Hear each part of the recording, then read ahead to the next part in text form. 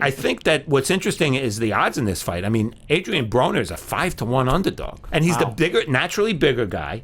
What's interesting is that I was looking today. I'm doing a little ring resume on Adrien Broner. He was a 5-1 favorite when he fought Maidana. Seems hard to believe now. That 11-1 against me.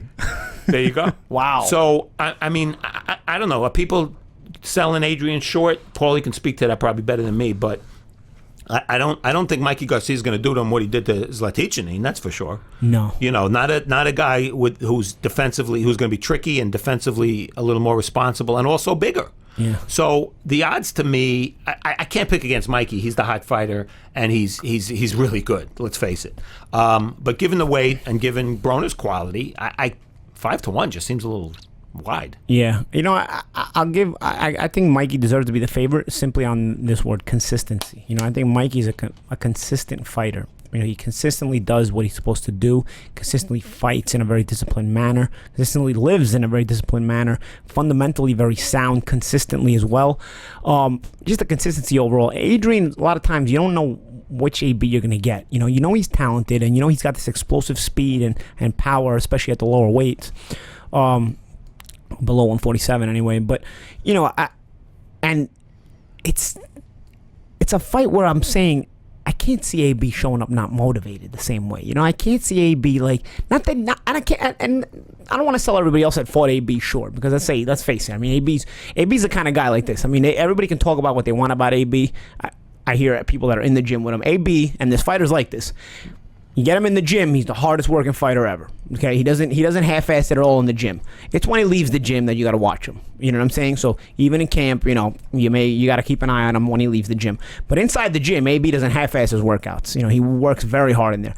So I can't see AB half-assing this camp, because he never half-asses it in the gym. Maybe he'll be a little more disciplined outside the gym for this camp. And then, you know, if you're mentally and physically involved in the fight, I think you have yourself a really good fight. Well, he better be mentally into it, because he has to make 140. Yeah, and that's been a problem for him in the past. Yeah. Is there any fines for the weight set? Like, that's a good question. $1 million a pound made Chavez make weight. $1 million a pound made Chavez make weight. You know, but you know, we tend to constantly talk about Broner in terms of motivation outside the ring, making weight. There's also the issue of talent and skill, and he's a slow starter. Yeah, you know, if the fight is a 6-round fight, you beat him easy. Mm-hmm. Okay, there are many other fights where he started slow. Maidana, he was on the floor in the second round, etc. He's a slow starter.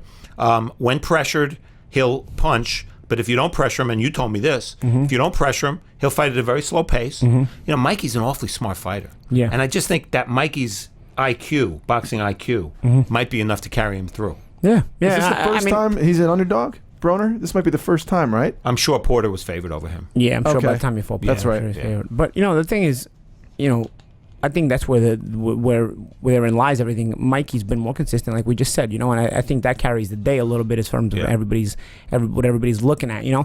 I think 5-1 is a little steep. I do think that. I think Steve makes a good point. Broner's a naturally bigger guy. You know, and him being a naturally bigger guy, he's a guy who can punch at the lower weights. I mean, obviously we know Mikey can punch. Mikey can punch. I mean, I've heard a story of Mikey's hurting guys that are bigger than him in the gym. You know what I mean? And so that's a very rare quality. There's guys that have that quality, and Mikey's one of them. You know, so I think Mikey's punching power is going to be more than consistent enough to hurt AB as well. But AB's got a good chin. You know, he was down against Maidana. He got up. You know, he was able to finish the fight and get going. You know, it's a fascinating fight, and the stakes are fascinating because there's no title at stake. Yet this is a really important fight for both guys. If Broner loses this fight, where's he at? Okay. If Mikey wins the fight, maybe he fights Linares next in a unification down the road or whatever. But Mikey is as hot and attractive an American fighter as there exists. So the stakes are tremendous, and it's an example of a situation where no titles, who cares? I don't know if you guys noticed, but I think after the last Lomachenko fight, Mikey and Lomachenko were going at it on Twitter, and it was really cool, you know, like calling each other out. You know? Yeah, I think that's a very interesting fight too. I'd love to see that. You got to settle on the politics there, obviously, but and the weight too. I mean, I think I've seen Lomachenko in person. I've seen Mikey in person. Mikey's a lot bigger. That's a 35 maximum Mikey, there, or maybe Mikey has to come down a couple pounds. I don't know, man. Because I tell you what, I mean, Mikey's a monster puncher already, a lightweight. I mean, to hit if he connects with a naturally smaller guy, I mean, he might sleep for a week. You know what I'm saying? Like, and Lomachenko's great. That's the thing about it. Who's Lomachenko going to fight?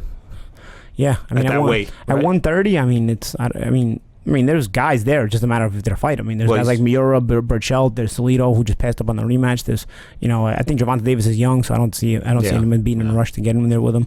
You know, I don't know. You know, the thing about another one thing I want to go back on with the motivation with AB making weight or whatnot. One thing people have to understand: you can be in shape and be overweight. Making weight, the process of making weight is actually mental. It's not physical so much. I mean, it is physical, obviously, but it's also mental because you can be in great shape in camp and not have done your dry out yet. And when the dry out is the making weight portion of the camp, you know, so you can be in great shape. Sometimes when you see a guy who didn't show up on weight, doesn't necessarily mean he's out of shape. You know what I'm saying? It just means he didn't want to do the dry out, or he messed up his dry out, or whatever. You know, there's a way you time that. You know, where you're totally drying out and taking away your liquids.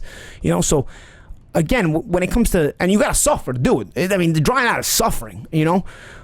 The thing about with AB is, you know, sometimes you think where he's been spoiled where he doesn't want to do it, because again, I mean, I hear AB trains hard in the gym, but he's not made weight so many times that he's probably like, I don't want to deal with this dry out. I'm gonna, you know, like you got to go to sleep dead thirsty, for example, and then in the morning you're gonna wake up really thirsty, and even if you happen to sleep, and you got to go work out while you're thirsty, and you got to be more thirsty. So you know, somebody like AB, you know, at a certain point might say, I feel like having this water right now. Who cares? Well, you know, that's I the agree to problem. this 140, so I think like your question before, there's got to be some pound punishment, you know. Yeah. Garcia don't want to go in there with a 150, you Yeah. know, 160 AB. Which AB will be a lot more by the time the fight happens anyway. But I never understood what happened we did the fight with Theophane when AB went into the fight holding a title. Yeah, when you and he was give it up- 40 and a half. He scaled half a pound over the limit and didn't try to make weight. When you are, I think that's odd when behavior. you are giving up world titles on the scale for half pound. for half pounds, a weight you should be making, because let's face it, Broner's not that tall. He's not a welterweight. You know, there's no way he should be fighting a welterweight.